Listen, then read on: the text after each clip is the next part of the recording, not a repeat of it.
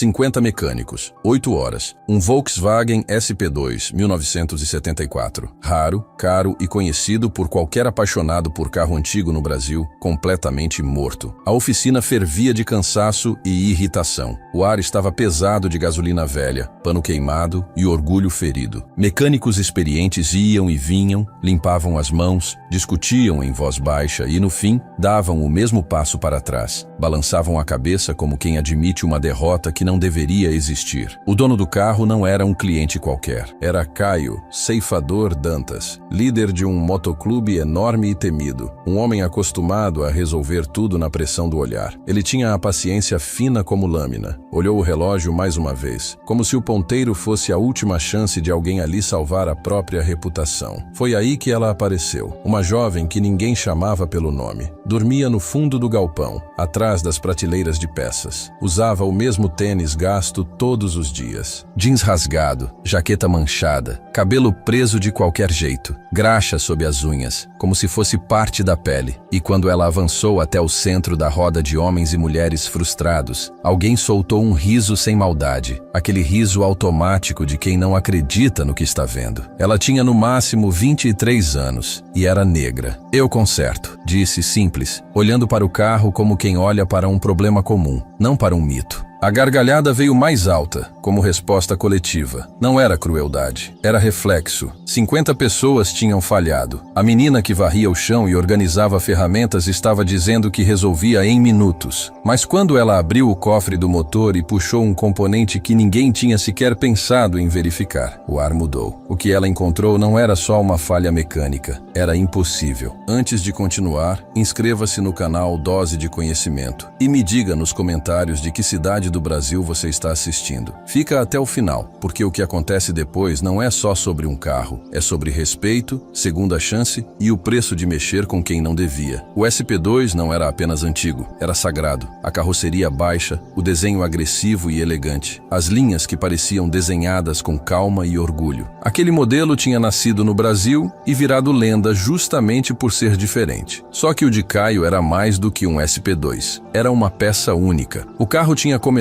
como um chassi de 1974, mas tinha sido reconstruído ao longo de décadas, parafuso por parafuso. Tudo o que era original foi preservado quando possível. O que não existia mais no mercado tinha sido fabricado sob medida, replicando especificações antigas que ninguém mais lembrava direito. O interior misturava couro envelhecido e costuras novas. O painel tinha instrumentos discretos e um detalhe que denunciava o segredo do projeto. Um módulo eletrônico moderno, instalado com tanta delicadeza que parecia ter nascido ali. Era um restomod feito com obsessão e por isso odiado por seguradoras e venerado por colecionadores. A avaliação declarada estava na casa de $1,5 milhão, perto de 7.800.000 reais. Mas aquele número não explicava nada. O SP2 valia história, valia orgulho, valia o tipo de passado que algumas pessoas defendem como se fosse família. Caio Dantas tratava o carro exatamente assim. Ele não falava muito, não usava joia, não se exibia em rede social, mas bastava ele entrar num lugar para as conversas diminuírem. Não porque fosse celebridade, e sim porque era perigoso. Por 20 anos, Caio tinha cruzado estradas e cidades como se o asfalto estivesse em dívida com ele. Liderava seu motoclube com disciplina e dureza. Não era um homem de sorte, era um homem de controle. O SP2 era o único luxo que ele admitia ter, e nem chamava de luxo, chamava de legado. Aquele carro tinha atravessado a Serra do Rio do Rastro ao amanhecer, tinha dormido em postos no interior de Minas, tinha passado por enchentes e buracos que teriam destruído qualquer carro comum, sobreviveu a batidas pequenas, a panes que viraram história e, principalmente, a vontade de gente invejosa de ver o dono cair. Por isso, o que aconteceu não fazia sentido. Não foi aos poucos. Não teve sinal. Nenhum engasgo. Nenhum barulho estranho. Nenhuma perda de força avisando que algo estava morrendo. Um minuto, o motor estava vivo, firme, como tantas vezes. No seguinte, silêncio total. O volante ficou duro, o pedal respondeu vazio. O carro apagou como se alguém tivesse arrancado o coração dele sem cerimônia. Caio encostou no acostamento, a roda levantando o cascalho. Tentou dar partida de novo. Nada, nenhum estalo, nenhuma tentativa. Só um carro morto, travado, como se a própria mecânica tivesse desistido de existir. Ele chamou um guincho com a mesma frieza com que manda em gente. Não fez cena. Só ficou olhando para o SP2 como se tivesse sido traído. O carro foi levado para a oficina Ferro em Cromo, na Mulca, em São Paulo, a oficina mais respeitada entre preparadores e restauradores de carros clássicos. Se alguém no Brasil conseguia ressuscitar aquilo, eram eles. Eles já tinham trazido de volta carros declarados perda total. Já tinham reconstruído motores para filmes, propagandas, colecionadores exigentes. Já tinham resolvido problemas que outras oficinas recusavam por medo de passar vergonha. Quando as portas de aço subiram e o SP2 entrou no galpão, o lugar ficou quieto. Ferramentas pararam no ar, conversas cortaram no meio. Gente que nem era do turno se aproximou, só para ver. Todo mundo sabia o que aquele carro era. Rogério Paiva, o dono da oficina, veio à frente. Rogério tinha 30 anos de graxa no corpo e um nome que atravessava estados. Ele já tinha refeito mais de 2.000 motores na vida. Já tinha visto sabotagem, defeito de fábrica, erro humano disfarçado de mistério, peça falsificada vendida como original, gambiarra bem feita e gambiarra criminosa. Ele não acreditava em impossível, acreditava em coisa ignorada. Vamos começar pelo básico, disse, e o time obedeceu. Os primeiros testes foram padrão, compressão dentro do esperado, alimentação de combustível limpa, entrada de ar sem obstrução, ignição no ponto, pressão de óleo estável. Tudo parecia saudável, saudável demais. No papel, o motor estava perfeito. Então eles repetiram. Desmontaram o sistema de combustível, conferiram bicos, linhas, filtro, bomba, rodaram testes elétricos fio a fio, examinaram cabos, aterramentos, chicote, fusíveis, relés, checaram embreagem, transmissão, acoplamento, procuraram travamento mecânico, ponto de esforço, qualquer sinal de algo grudando por dentro. Nada. Cada sistema que deveria fazer o motor funcionar estava se comportando como deveria, e ainda assim, o motor não fazia nem menção de pegar. Rogério chamou Damião Braga, especialista em carburadores e acertos antigos. Um homem que ouvia o motor como quem ouve música. Damião não encontrou falha. Depois veio Natália Sato, uma referência em elétrica automotiva, conhecida por caçar fantasma em chicotes que ninguém mais tinha coragem de mexer. Natália mediu sinais limpos, sem curto, sem erro aparente. Tomás Grandão Medeiros checou transmissão e conjunto de força, procurando um travamento que explicasse o motor preso. Não achou nada. As horas passaram. Na segunda hora, a curiosidade virou irritação. Na quinta, a frustração tinha se sentado em cada bancada. O SP2 ficou no centro da oficina, parcialmente desmontado, com as entranhas expostas como uma autópsia que se recusava a revelar a causa da morte. Mecânicos circulavam, levantavam hipóteses, derrubavam umas às outras com números e lógica. A notícia se espalhou. Gente de fora apareceu. Alguns convidados, outros só curiosos. 20 mecânicos cercaram o carro, depois 30. Ferramentas trocaram de mãos. Peças foram removidas, medidas e recolocadas porque estavam perfeitas. Metade do motor foi aberta, inspecionada e declarada inocente. Na 8ª hora, quase 50 mecânicos de vários bairros e cidades estavam dentro da Ferro em Cromo, todos tentando vencer a mesma pergunta. Como um motor perfeito está morto? Ninguém falava muito mais. O carro continuava em silêncio,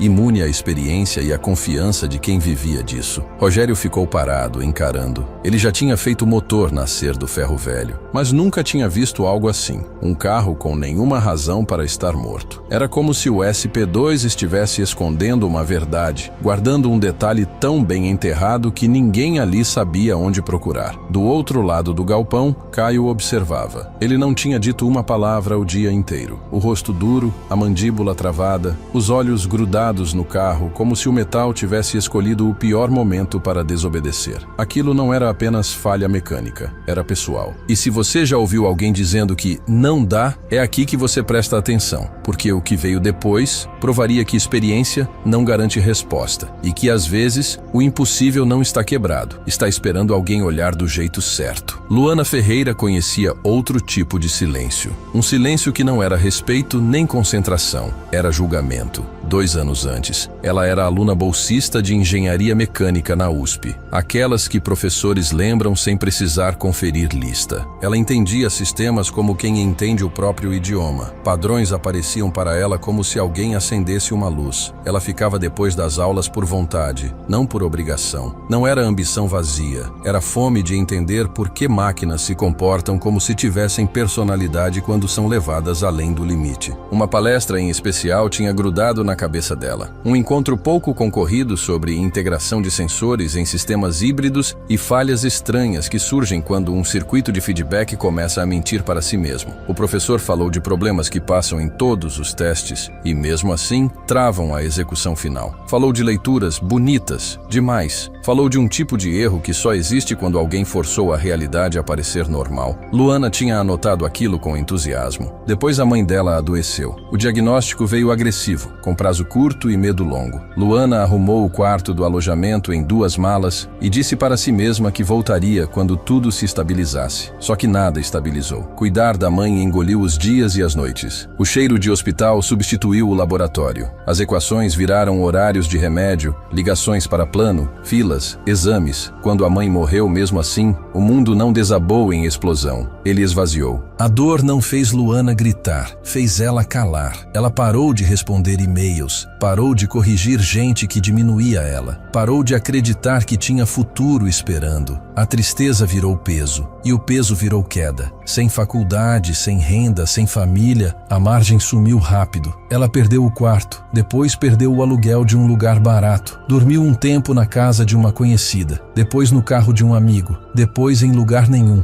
Há 6 meses, Luana entrou na Ferro em Cromo pedindo trabalho e com a fome escondida atrás do orgulho. Rogério viu o que ela não dizia, não fez perguntas, deu uma vassoura e disse que ela podia dormir no depósito, contanto que mantivesse o lugar limpo e não atrapalhasse. Luana aceitou sem drama. Ela varria chão, organizava a ferramenta, limpava a bancada, carregava peça. À noite, deitava num colchão fino entre caixas de componentes, ouvindo motores estalarem enquanto esfriavam. Ela observava tudo. O jeito que os mecânicos olhavam, o jeito que erravam, o jeito que acertavam. Aprendeu sem que ninguém ensinasse oficialmente. E quando 50 mecânicos falharam na frente dela, ela enxergou diferente. Ela ficou na sombra perto da parede do fundo, braços cruzados, olhos presos no SP2. Enquanto o resto via um mistério, ela via inconsistências, coisas pequenas, desvios mínimos que só importavam se você assumisse que o carro estava mentindo com elegância. Havia algo naquele conjunto que incomodava. Uma dissonância quieta que puxava uma memória antiga, um diagrama, uma frase do professor, um alerta sobre sistemas que mascaram a própria falha. Luana disse a si mesma para ficar calada. Ela não era ninguém ali. Aos poucos, os mecânicos começaram a guardar ferramentas. As bancadas foram sendo fechadas com aquela eficiência resignada de profissional admitindo derrota. Caio Dantas se levantou. A presença dele mudou o ar no galpão. Ele olhou o carro mais uma vez. Depois olhou para Rogério. Então é isso, disse, sem gritar, mas deixando claro que aquela frase custava caro. Rogério não discutiu. Passou um pano na mão. Estava cansado. Caio, eu sinto muito. A gente tentou tudo. Caio respondeu frio, controlado. Tentaram. O galpão esvaziou rápido. Ficaram Rogério, Caio e 2 homens do motoclube que não tinham saído do lugar o dia inteiro. O SP2 ficou entre eles, desmontado, silencioso, como se estivesse esperando. Foi aí que Luana deu um passo para frente. O som da bota dela ecoou mais do que ela esperava. Todo mundo virou. A menina que varria o chão e dormia atrás das prateleiras agora estava exposta, coração acelerado, mãos firmes porque ela obrigou as mãos a ficarem firmes. Eu conserto, repetiu. O riso veio de novo, desta vez mais contido. Rogério levantou a mão num gesto quase paternal, tentando proteger ela do corte. Luana, minha filha, teve 50 profissionais em cima desse carro. Ela assentiu uma vez. Eu sei o que está acontecendo com ele. O riso parou. Caio olhou para ela de verdade pela primeira vez. A voz dele foi baixa, reta. Você sabe? Não era pergunta, era teste. Luana engoliu seco e não desviou o olhar. O aperto do suporte do sensor de pressão do 3º cilindro está fora de alinhamento,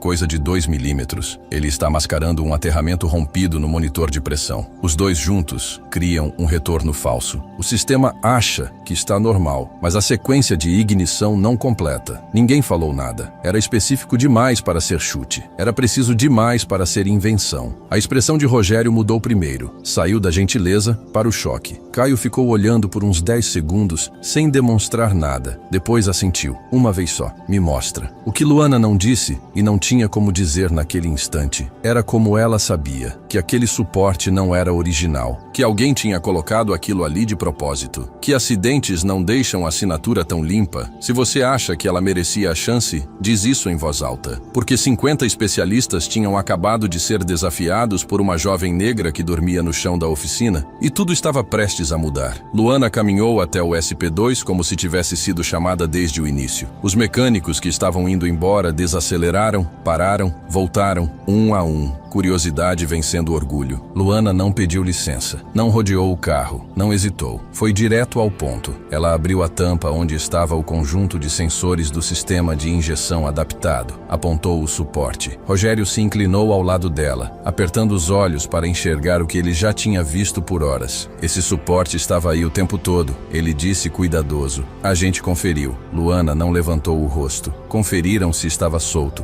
não se estava errado. Ela afrouxou o suporte e deslizou uma fração, 2 milímetros. Nem mais, nem menos. Foi quando apareceu. Um fio tão fino que parecia sombra, cortado limpo, escondido sob o metal do suporte. Não pendia, não chamava a atenção. Tinha sido prensado no lugar certo para sumir no meio do barulho visual do motor. Tomás soltou um ar que nem sabia que estava prendendo. Como é que a gente não viu isso? Porque não era para ver. Luana respondeu sem orgulho, só fato. O suporte estava apertado no ponto certo para parecer normal, mas no ponto errado para esconder o fio. Ela reconectou o aterramento com eficiência tranquila. Reposicionou o suporte onde deveria estar. Apertou de novo. Fechou a tampa. 6 minutos. Foi o que levou. Caio se aproximou. A voz dele cortou o silêncio como ordem da partida. Luana girou a chave. O SP2 respondeu na hora. O motor ganhou vida com um ronco fundo, redondo, como se tivesse guardado a voz para aquele momento. A vibração correu pela oficina. Ferramentas tilintaram. Conversas morreram no meio. Alguns mecânicos riram alto, incrédulos. Outros só encararam, como se o mundo tivesse acabado de mudar de regra. Era vitória, era alívio, era tudo. Mas Caio não sorriu. Ele olhou para o motor funcionando e o olhar dele não estava no movimento. Estava no ponto onde Luana mexeu. A expressão endureceu. Algo escuro assentou atrás dos olhos. Isso aí é trabalho feito na mão, ele disse. Não é padrão, não é de fábrica. As palavras caíram devagar. Luana sentiu o estômago virar quando entendeu a implicação. Alguém tinha sabotado o carro. O silêncio que veio depois foi mais pesado do que o silêncio de antes. A memória apareceu como lâmina. 3 dias antes, o SP2 tinha passado por uma revisão rápida na Inferno Customs, uma oficina rival em Campinas, conhecida por preparar carro na força e por alimentar rancor como se fosse combustível. O dono era Vitor Cruz, um homem que Caio tinha expulso do motoclube anos atrás. Um homem que não perdoava. Caio olhou para Rogério. Foi o Cruz. Rogério hesitou. Isso é uma acusação grave. Caio não levantou a voz. Não é acusação, é fato. Ele voltou o olhar para Luana. Você me tirou de uma armadilha. O Cruz queria me deixar parado, vulnerável. Luana balançou a cabeça, tomada pelo peso que tinha caído sobre ela de uma vez. Eu só consertei um carro. Caio deu um passo, preenchendo o espaço entre eles. Não, você impediu uma guerra. A ficha caiu para todo mundo ali, quase ao mesmo tempo. Aquilo não era brincadeira, não era competição, era intenção. Uma falha calculada para deixar um homem exposto no momento errado, no lugar errado. E só não deu certo porque uma garota que dormia no fundo do galpão viu o que ninguém viu. Caio estudou Luana como variável nova. Onde você aprendeu a fazer isso? Quando ela respondeu,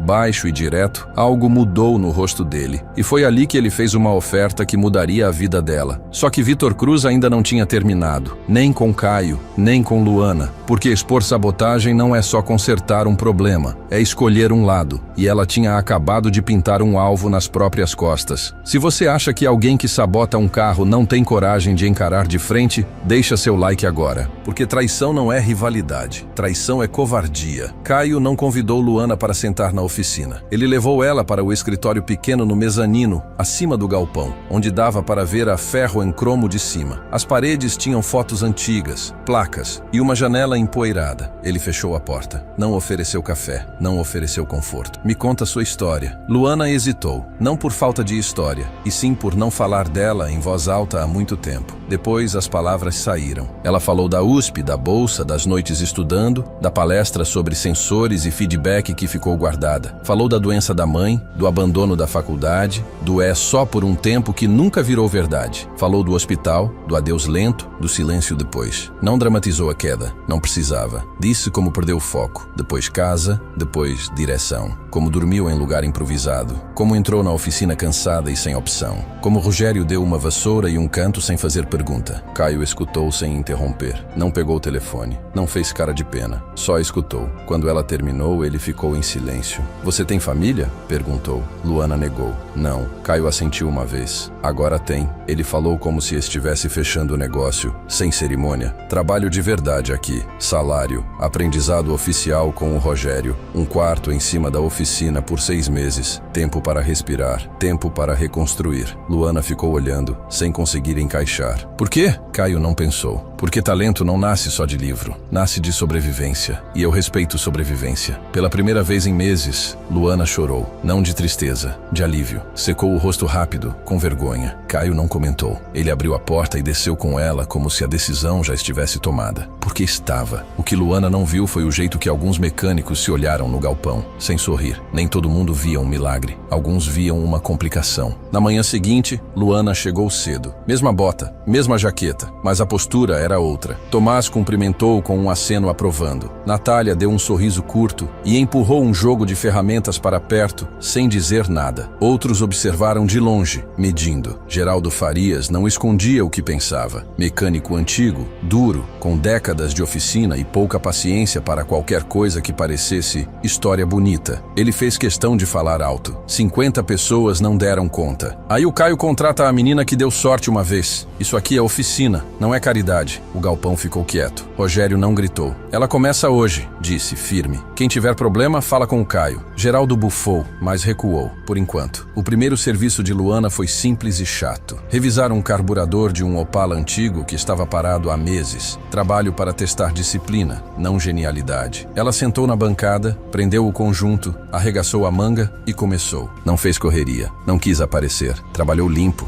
metódico, mediu folga, conferiu o giclê, limpou o canal, trocou junta, ajustou tudo com calma. Terminou antes do tempo esperado e deixou o carburador montado como se tivesse saído novo da caixa. Geraldo pegou, olhou, revirou, procurou atalho. Não achou. Ele colocou de volta na bancada, não disse nada e saiu. Não era aplauso, mas era melhor. Era um pequeno recuo do preconceito. Luana seguiu trabalhando, serviço após serviço, provando sem levantar voz. Só que, a 50 quilômetros dali, Vitor Cruz estava prestando atenção. A notícia corre rápido em círculos fechados. Sabotagem exposta faz mais barulho do que sucesso. Cruz soube quem tinha consertado o SP2 de Caio. Soube o nome. Soube onde ela estava. Ele pegou o telefone. Eu quero informação sobre uma menina, disse calmo. Na ferro em cromo, Luana limpava as mãos e voltava ao trabalho sem imaginar a sombra que estava se formando fora do alcance da segunda chance dela. Se você conhece alguém que duvida só porque não quer enxergar, comenta aqui. Eu acredito, porque gente como o Geraldo existe em todo lugar e quase sempre se engana. Vitor Cruz nem sempre tinha sido o vilão da história. 12 anos antes, ele era outra coisa. Membro do mesmo motoclube de Caio. Brilhante com motores, respeitado por habilidade e temido por impulsos. Ele e Caio tinham rodado juntos, confiado um no outro, dividido estrada e problema. Cruz tinha talento para a máquina como alguns têm talento para a briga. Motor fazia sentido para ele. Lealdade também, até parar de fazer. O problema nunca foi competência, foi fraqueza. Cruz começou a roubar do caixa do clube para cobrir dívidas de jogo. No começo, pouco. Depois mais, sempre se dizendo que devolveria antes de alguém notar. Quase todo mundo se engana assim. Quando a verdade apareceu, foi pública, do jeito que justiça em clube de estrada costuma ser. Caio ficou na frente de todo mundo e disse a frase que selou as duas vidas: traição não tem segunda chance. Cruz foi expulso, sem conversa, sem segredo. Tiraram o colete, tiraram a proteção, tiraram a identidade. O homem que antes pertencia a um lugar passou a não pertencer a nenhum. Ele nunca recuperou a humilhação. Convenceu a si mesmo de que tinha sido injustiçado, de que Caio tinha feito espetáculo para parecer forte. O ressentimento virou combustível. Foi assim que nasceu a Inferno Customs. Cada carro que Cruz mexia virava um recado. Agressivo, perfeito, no limite do excesso. Cada cliente que ele puxava, cada matéria em revista, cada troféu, era uma indireta para Caio. Ele não seguiu em frente. Ele afiou a própria raiva. Então, quando o nome de Luana Ferreira apareceu na roda, Cruz prestou atenção. Uma jovem negra, ex-aluna de engenharia, sem casa, dormindo em oficina até Caio resolver bancar Salvador. Cruz recostou na cadeira e sorriu sem humor. Ela não é ninguém, disse para a equipe. E o Caio está tratando como família. A ideia nasceu ali. Se eu quebrar ela, eu quebro ele. Cruz não era homem de agir no impulso. Ele planejava. Investigou rotina, horário, jeito de falar, o que ela fazia, com quem ela falava. Procurou fraqueza como quem procura vazamento. Enquanto isso, Luana vivia o oposto do que ele queria. Em 2 semanas, a menina invisível virou o braço forte da oficina. Pegou o serviço mais difícil, diagnóstico mais delicado. Errava menos a cada dia. Dormia melhor.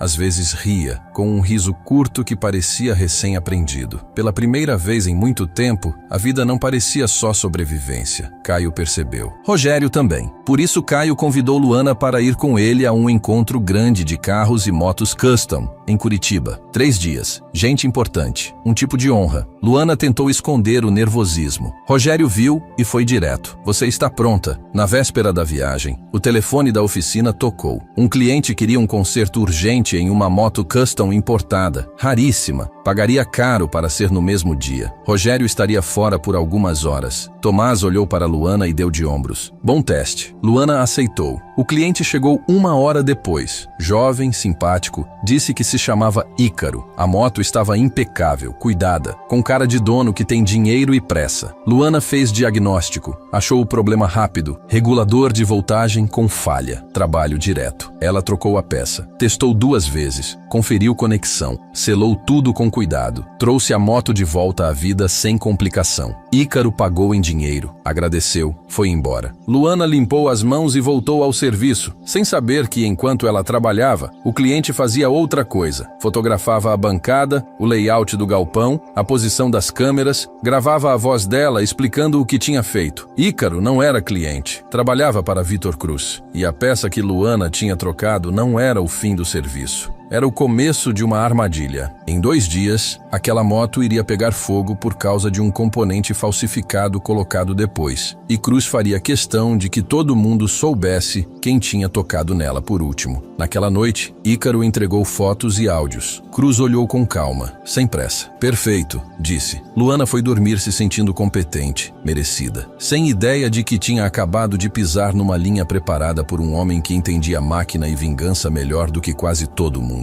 Se você odeia manipulação, fica aqui, porque o que Cruz colocou em movimento era só o começo. No 2º dia do encontro em Curitiba, Luana sentiu uma coisa rara: pertencimento. Ela caminhava ao lado de Caio, ouvindo mais do que falando, absorvendo nomes, técnicas, histórias. Pessoas falavam com ela como se ela importasse, não como favor, como profissional. Ela sorriu sem forçar. E então o problema explodiu, não no encontro, mas em São Paulo. A moto que Luana tinha consertado estava parada do lado de fora de um galpão ligado ao motoclube. Quando pegou fogo, foi rápido, assustador e barulhento o suficiente para virar notícia interna no mesmo minuto. Por sorte, ninguém estava perto o bastante para se ferir gravemente. Sorte foi a única misericórdia. A informação correu com velocidade de pânico. Telefone tocou. Mensagens chegaram. Sussurros viraram acusação antes de fato. Caio recebeu a ligação e ficou imóvel. O rosto não mudou, mas algo dentro do olhar apagou. desligou. A voz do outro lado explicou o que aconteceu e o que já estavam dizendo. Falha elétrica, regulador trocado, curto, culpa de oficina. E no fim, veio o golpe. A moto tinha sido consertada pela nova menina 2 dias antes. O caminho de volta foi silencioso. Quando chegaram a Ferro em Cromo, a oficina parecia outra. Gente do motoclube ocupava o espaço com tensão. Investigadores olhavam tudo. Um ou outro curioso queria filmar. O lugar que tinha virado refúgio de Luana agora parecia hostil, carregado de suspeita. Rogério foi o primeiro a falar alto. Ela é cuidadosa, não erra desse jeito. Geraldo Farias aproveitou a fresta. Ela está aqui há 3 semanas, a gente não conhece. Cláudio Meirelles, dono da moto, empurrou o corpo para frente. Você quase matou minha família, disse para Luana com a voz quebrada de raiva. Luana sentiu o corpo gelar. Ainda assim falou tremendo, mas clara. Eu testei tudo, 2 vezes. O regulador estava certo. Caio se colocou entre eles sem gritar. Todo mundo para fora. Agora, o comando funcionou. O galpão esvaziou até sobrarem Caio e Luana. Ele olhou para ela como homem e como líder. Me diz exatamente o que você fez. Ela contou passo a passo. Diagnóstico, peça, troca, teste, sem buraco, sem enfeite. Do jeito que trabalhou. Caio ouviu e fez mais uma pergunta. O cliente, como ele era? Luana descreveu Ícaro. O sorriso, a voz, o jeito de ficar perto demais. A mandíbula de Caio travou. Não era Ícaro, era Thales Cruz, sobrinho do Vitor. A frase acertou Luana como soco. As peças encaixaram com clareza doentia. Fotos, gravações, uma armadilha limpa. Ela não tinha errado, tinha sido usada. Mas entender não apagava o dano. O incêndio tinha acontecido. A acusação estava plantada. Metade do clube queria a cabeça dela. E Caio, o homem que tinha dado segunda chance sem hesitar, estava em silêncio. Luana procurou no rosto dele algum sinal de certeza e achou pela primeira vez dúvida. E aquilo doeu mais do que qualquer plano de Cruz. Se você acha que Luana merece provar a verdade, comenta. Segunda chance. Porque Cruz jogou sujo e essa briga estava longe de acabar. Caio falou baixo, sem doçura. Eu acredito em você, mas acreditar não é prova. Você precisa de evidência. Luana não pensou muito. O medo ainda estava ali, mas não mandava mais nela. Então eu vou achar. Naquela noite, depois que o galpão ficou vazio e o barulho morreu, Luana entrou sozinha de novo. A Ferro em Cromo à noite era outra coisa. Silêncio oco, luz fria, como se o lugar estivesse prendendo o ar. Ela ligou só as lâmpadas necessárias e puxou as imagens das câmeras do dia em que a moto entrou. Ela se viu na tela. Viu Thales chegando, simpático, relaxado. Viu ele circulando. Ele não fazia nada óbvio. O ângulo não mostrava ele mexendo na moto. Se era a armação, tinha sido limpa. Limpa demais. Luana pegou as anotações do serviço e releu devagar. Leitura, número de peça, torque, tudo perfeito. Perfeito demais. O coração acelerou. A não ser que o componente que falhou não fosse o componente que ela instalou. A ideia veio como corte. Ela não entrou em pânico. Seguiu a linha. Ligou para o fornecedor de peças. Mesmo tarde, sabia qual ramal chamar. Passou o cadastro da oficina. Pediu confirmação do pedido, do modelo, do lote. O atendente confirmou. Então Luana pediu o número de série. Anotou. Comparou com o relatório do que tinha sido encontrado na moto após o incêndio. Os números não batiam. Era a mesma carcaça, mesma marca, mesma gravação, mas outro serial. Era peça falsificada, feita para falhar. Thales não sabotou o trabalho dela. Ele trocou depois. Substituiu a peça original por uma bomba silenciosa que passaria em inspeção rápida e falharia sob uso. Luana encostou na cadeira e soltou um ar que nem percebeu que segurava. Ela não era mais vítima. Ela tinha encontrado a rachadura que derrubaria Vitor Cruz. Ela foi direto até Caio.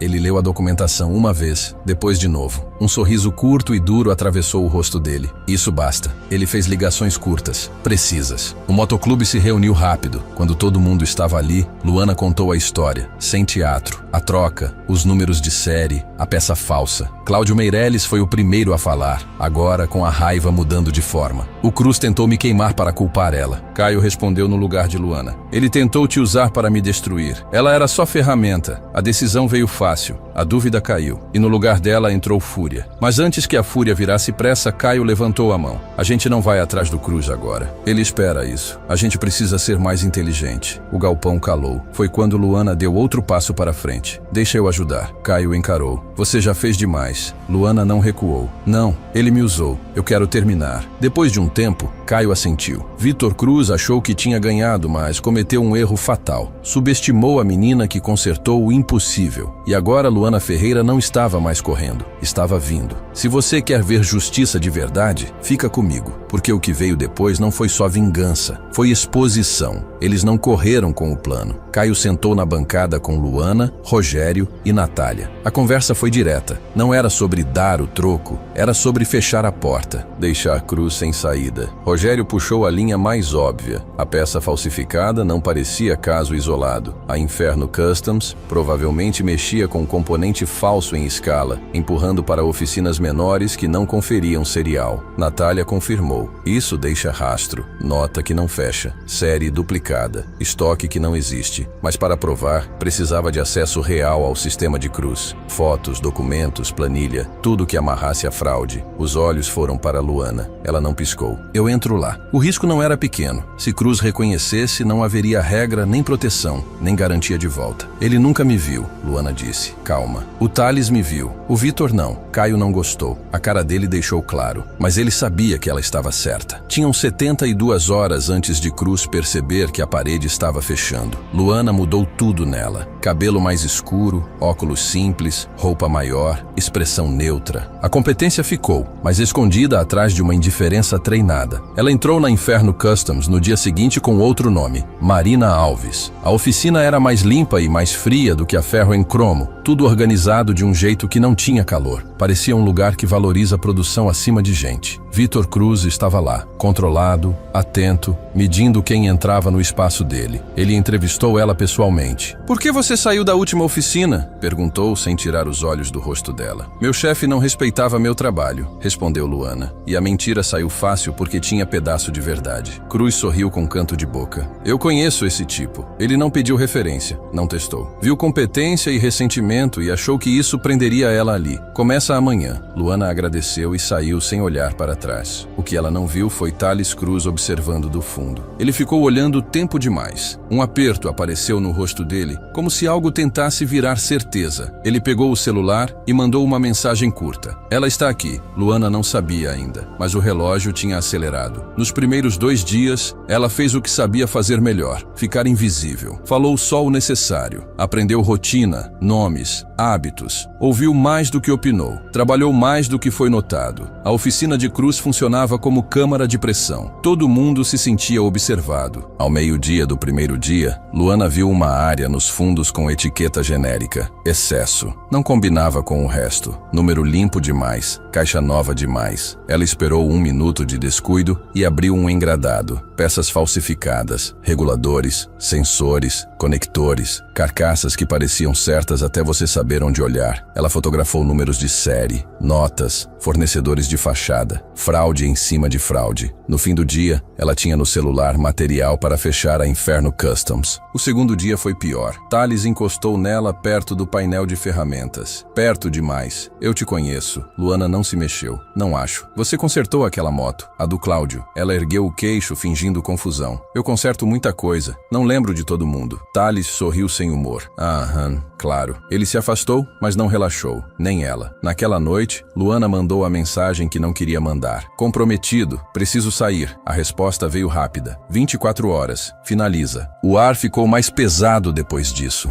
Cada barulho parecia ter significado. Cada olhar era ameaça disfarçada. Mesmo assim, Luana seguiu. E então ela encontrou algo que mudou tudo. Atrás de uma parede falsa no mesmo depósito, havia um segundo caderno de registro. Não era sobre peça, era sobre carga. Número de série que não era automotivo. Rota de transporte. Itens que não deveriam estar ali. Cruz não mexia só com peça falsificada. Ele fazia contrabando de arma. Luana entendeu de repente que não tinha entrado numa disputa de oficina. Tinha entrado num caso grande. E se aquilo vazasse, ninguém ia querer resolver na conversa. No terceiro dia, ela guardou as provas num cartão pequeno escondido na roupa, limpou a bancada e se preparou para sair sem chamar atenção. Vitor Cruz chamou. Escritório. Thales já estava lá. Cruz não sentou. Ficou encostado na mesa, braços cruzados. O Thales diz que você parece familiar. Luana manteve a respiração estável. Já me disseram isso. Mostra seu documento. Ela entregou a identidade falsa sem hesitar. Cruz olhou por tempo demais, alternando entre a foto e o rosto. O coração de Luana batia forte, mas ela segurou por fora. Você é boa, ele disse por fim.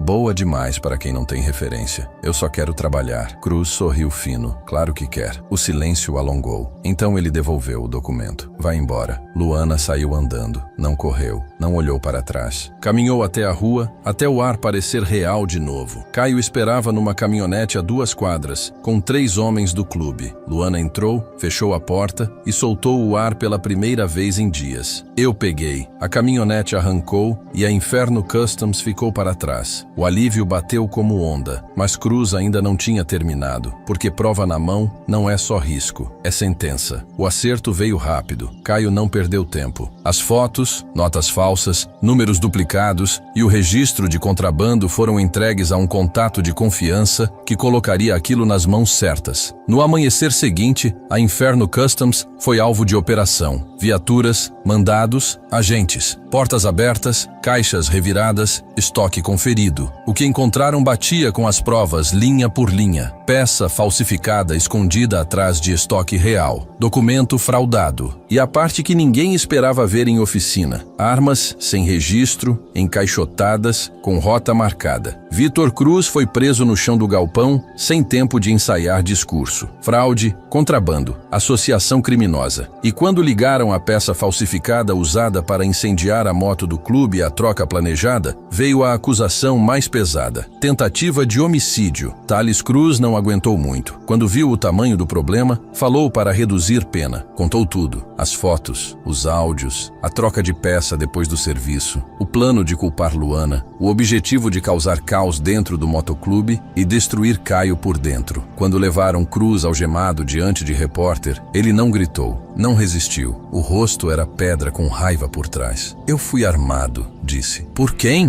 Perguntaram. Cruz apertou a mandíbula. Por uma garota, uma ninguém, e pelo Caio Dantas. O nome de Luana começou a rodar como se fosse história de filme. Quem era a mecânica que tinha derrubado o homem que todo mundo temia? Como alguém invisível desmontou um esquema de gente poderosa? A resposta estava na Ferro-Ancromo. Câmeras apareceram na porta. Curiosos também. Caio ficou na frente, Luana ao lado. Ele falou sem tremor. O Vitor Cruz tentou destruir uma mulher inocente. Falhou, porque a Luana Ferreira é mais inteligente, mais corajosa e mais honesta do que ele jamais vai ser. Perguntaram para ela como era sair da rua e virar heroína. Luana respirou e escolheu palavra por palavra. Eu não sou heroína. Eu consertei um carro e depois consertei uma mentira. Não tinha performance na voz, só clareza. A jovem negra que antes varria chão sem ser notada, agora era centro de uma história que não pediu e não fugiu. 6 meses depois, a Ferro-Ancromo parecia diferente. Não mais calma, mais forte. Luana não dormia mais atrás de prateleira. Era mecânica júnior, com responsabilidade real. Gente esperava a opinião dela. Escutava quando ela falava. As mãos dela se moviam com confiança construída do jeito mais duro. 3 noites por semana, ela pegava ônibus e metrô para assistir aulas, terminando o curso que tinha interrompido. Equações voltaram a fazer sentido. E a vida também. O motoclube tinha dado um apelido para ela. Embreagem. Começou como brincadeira, virou respeito. Até Geraldo Farias mudou. Nunca pediu desculpa. Mas um dia encostou na bancada dela e perguntou, sem ironia, como ela tinha pensado numa solução que ele não viu. Era o máximo de humildade que ele sabia entregar. Rogério observava tudo com um orgulho quieto. Uma noite, depois de fechar a oficina, ele disse, você já é melhor do que eu era na sua idade. Luana sorriu. Eu tive um bom professor, mesmo sem ele perceber no começo. Caio esperou o fim da semana para fazer o gesto final. Não anunciou, não fez discurso. Entregou a ela uma chave embrulhada num pano de oficina. Lá fora, estacionado onde o SP2 tinha ficado morto meses antes, havia um Opala SS antigo, restaurado com carinho. Não tão raro quanto o SP2, mas forte, confiável e bonito. Um carro para alguém começar a própria história sem depender de ninguém. Todo mecânico precisa ter o próprio volante, Caio disse. Luana sentiu a garganta apertar. Eu nem sei o que dizer. Caio sustentou o olhar. Diz que vai dirigir sua vida como você conserta motor, com calma, com coragem e sem aceitar mentira como verdade. Luana assentiu e dirigiu. A história nunca foi sobre sorte. Foi sobre não aceitar ficar ficar quebrada. Grandeza nem sempre nasce onde todo mundo está olhando. Às vezes nasce numa jovem negra que perdeu tudo, dormiu no chão e mesmo assim enxergou o detalhe que 50 pessoas ignoraram. Luana Ferreira provou que 1 minuto de coragem muda uma vida, que segunda chance não cai do céu, se constrói, e que quem duvida mais alto muitas vezes é quem mais teme o seu potencial. Ela não consertou só um carro raro, ela consertou a própria direção. Se essa história te tocou, assista até o final, deixe seu like e se inscreva no Dose de Conhecimento. E comenta aqui embaixo, qual é a primeira coisa que você vai consertar na sua vida a partir de hoje?